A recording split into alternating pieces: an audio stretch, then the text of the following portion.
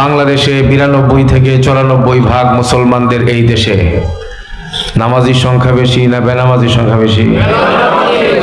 ভালো মানুষের সংখ্যা বেশি না খারাপ মানুষের সংখ্যা বেশি? পর্দানসীন মেয়েদের সংখ্যা বেশি না বেপর্দার সংখ্যা বেশি? বাংলাদেশের 92 থেকে 94% মুসলমানদের এই দেশের ঘরগুলোতে কোরআনের তিলাওয়াত বেশি হয় না গানের আওয়াজ বেশি শোনা যায়? যে মানুষগুলো নামাজ পড়ে না তাদের সংখ্যা লক্ষ লক্ষ না কোটি কোটি, কথা বলেন ঠিক কিনা? লক্ষ লক্ষ মানুষ মুসলমান কিন্তু মদ খায়, গাঁজা খায়, চুরি করে, ডাকাতি করে, লুটতরাজ করে, আর সুযোগ পাইলে আঙ্গুল ফুলে কলা গাছ হওয়ার ধান্দা করে, কথা বলেন ঠিক কিনা? গত 15-16 বছরে কিন্তু বাংলাদেশে আমরা বহুত কিছু দেখছি, ঠিক না? গত 15-16 বছরে আমাদের এদেশের মানুষ, খেটে খাওয়া মানুষ, নিজের মাথার ঘাম পাতায় ফেলে কাজ করছে।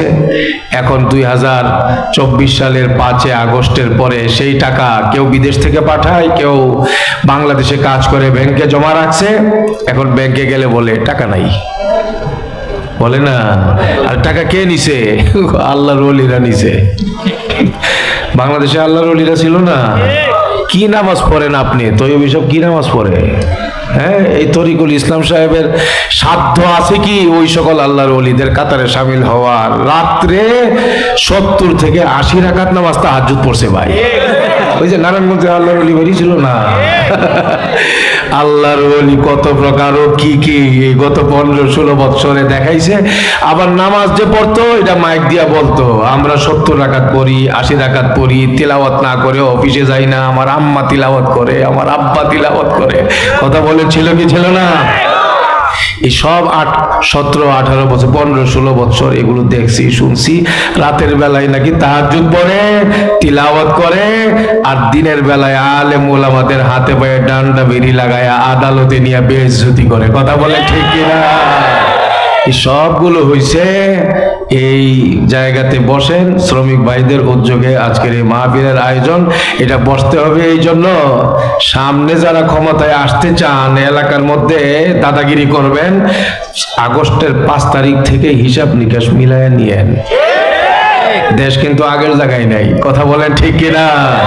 হিসাব নিকাশ মিলায় নিবার জন্যই আজকের এই মাহফিল। আপনার হিসাবটা কি হবে?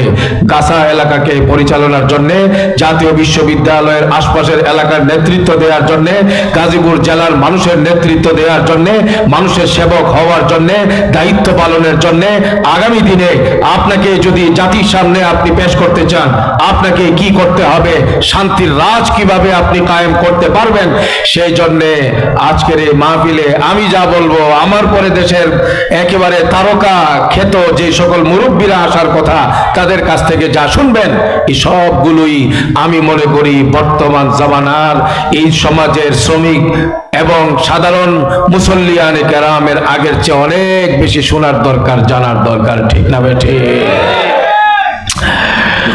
আয় আল্লাহ, আমি এই প্রশ্নটা আমি এই জন্যই করেছি, বাংলাদেশে মুসলমানরা সবাই বিশ্বাস করে আল্লাহকে মানতে হবে, নামাজ পড়তে হবে, আল্লাহকে মানার পাশাপাশি কোরআন শিখতে হবে, মদ খাওয়া যাবে না, গাঞ্জা খাওয়া যাবে না, চুরি করা যাবে না, ডাকাতি করা যাবে না, বেপরদা হওয়া যাবে না, গান বাজনার সাথে কান লাগানো যাবে না।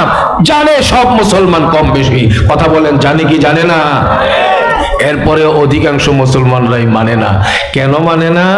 একটা ধারণা বদ্ধমূল হয়ে আছে সমাজের ব্যাপক পরিমাণ মুসলমানের দিলে, সেটা হইল যদিও আমি নামাজ পড়ি না, যদিও আমি রোজা রাখি না, যদিও আমি নবীর তরিকা অনুযায়ী চলি না, যদিও আমি গুনাহগার, এরপরেও আল্লাহর রহমতের সাগরে পানির অভাব নাই, আল্লাহর রহমতের অভাব নাই, আল্লাহ কোনো না কোনো ওসিলা দিয়া রহমত দিয়া আমারে পার করায়া দিবে।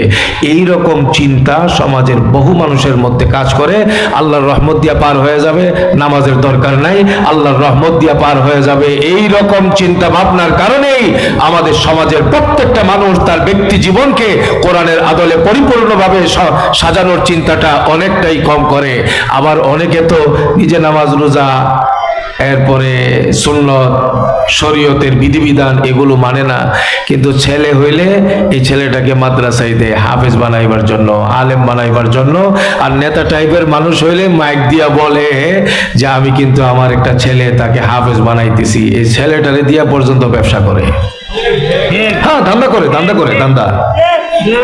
রাজনীতির বলি বানায়, ক্ষমতার বলি বানায়, আর বলে আমি যদি খারাপ মানুষ হইতাম আমার ছেলেকে গিয়ে হাফেজ বানাইতাম, আমার এতটুকু আশা বুক ভরা আমার ছেলে হাফেজ হবে, আমার ছেলেকে ধইরা আমি পার হয়ে যাবো।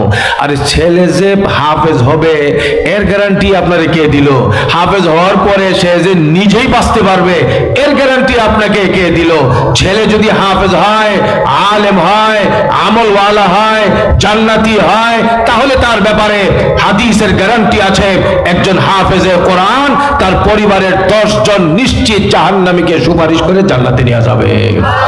কিন্তু ছেলেটার আগাম ভবিষ্যৎ কি হবে সেটা আপনি কিভাবে বুঝতে পারলেন? আশা তো করাই চাই, তবে এর আগে ছেলের ব্যাপারে নির্ভর না করে প্রত্যেকে যার যার নিজের ব্যাপারটা চিন্তা অনেক বেশি করা দরকার ছিল, সেই জিনিসটার মধ্যে আমাদের নজর থাকে কম।